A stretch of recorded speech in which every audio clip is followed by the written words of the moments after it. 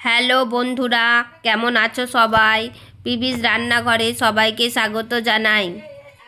বন্ধুরা, আজকে আমরা সিলভার কাপ মাছের সর্ষে পোস্ত রেসিপিটা তোমাদের সাথে শেয়ার করব। তোমরা দেখতে থাকো।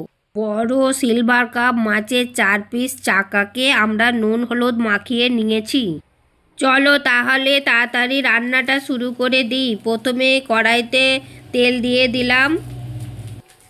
তেল গরম হলে মাছের চাকাগুলোকে ভালোভাবে লাল লাল করে ভেজে নেব।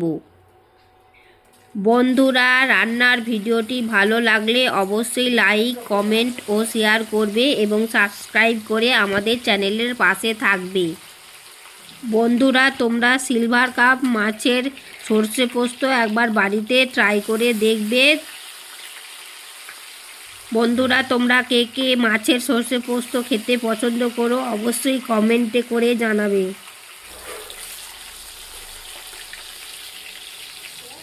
কড়াইতে দেয়া মাছগুলো ভালোভাবে ভাজা হয়ে গেছে। এবার এই মাছ দুটোকে খুন্তি দিয়ে আস্তে আস্তে তুলে নেব একটা পাত্রের মধ্যে।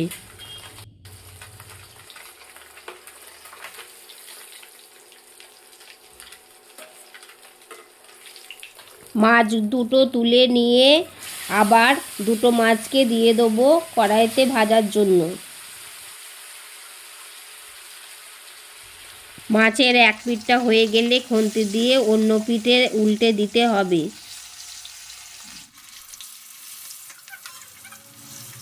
দেখো বন্ধুরা, কথা বলতে বলতে এই মাছ দুটো আমাদের ভাজা হয়ে গেছে। এবার আমরা এই ভাজা মাছগুলোকে পাত্রের মধ্যে তুলে নেব। এবার কড়াইতে পরিমাণ মতো তেল নিয়ে নিলাম এবং তার মধ্যে কাঁচা লঙ্কাগুলোকে দিয়ে দিলাম। কালো জিরের ফোড়ন দিলাম।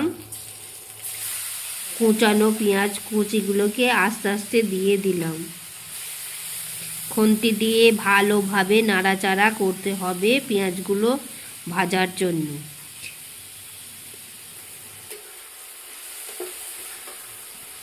কেটে রাখা টমেটো কুচিগুলো দিয়ে দিলাম। পরিমাণ মতো লবণ দিয়ে দিলাম। খুন্তি দিয়ে ভালোভাবে পেঁয়াজ ও টমেটো কুচিগুলো নাড়াচাড়া করে টমেটোগুলো সেদ্ধ হওয়ার জন্য ঢাকনা দিয়ে ঢেকে দিলাম।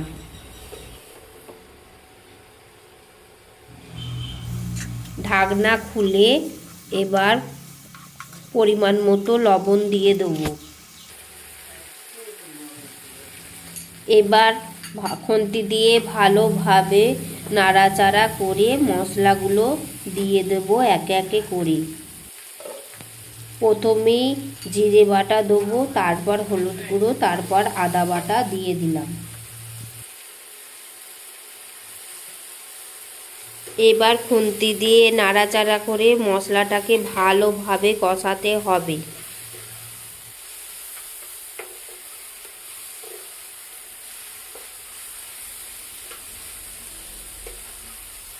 মশলাটা কষানো হয়ে গেলে এবার সর্ষে পোস্ত বাটাটা আস্তে আস্তে দিয়ে দেবো।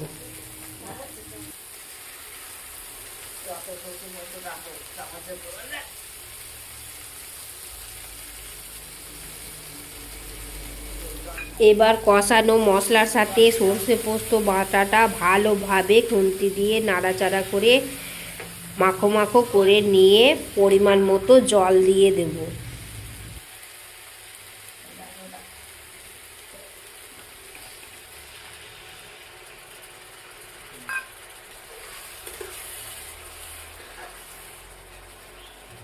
জল দেওয়ার পর ঢাকনা দিয়ে ঢেকে দেবো। খানিকক্ষণ ফোটার পর আবার ঢাকনা খুলতে হবে।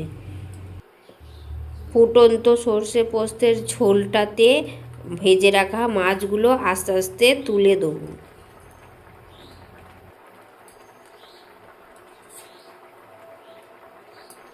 খানিকক্ষণ ফোটার জন্য ঢাকনা দিয়ে ঢেকে দেবো। দেখো বন্ধুরা, আমরা প্রায় রান্নার শেষের পর্যায়ে চলে এসেছি। এবার ঢাকনা খুলে সর্ষে পোস্তটা আস্তে আস্তে একটা পাত্রের মধ্যে কড়াই থেকে ঢেলে নেব।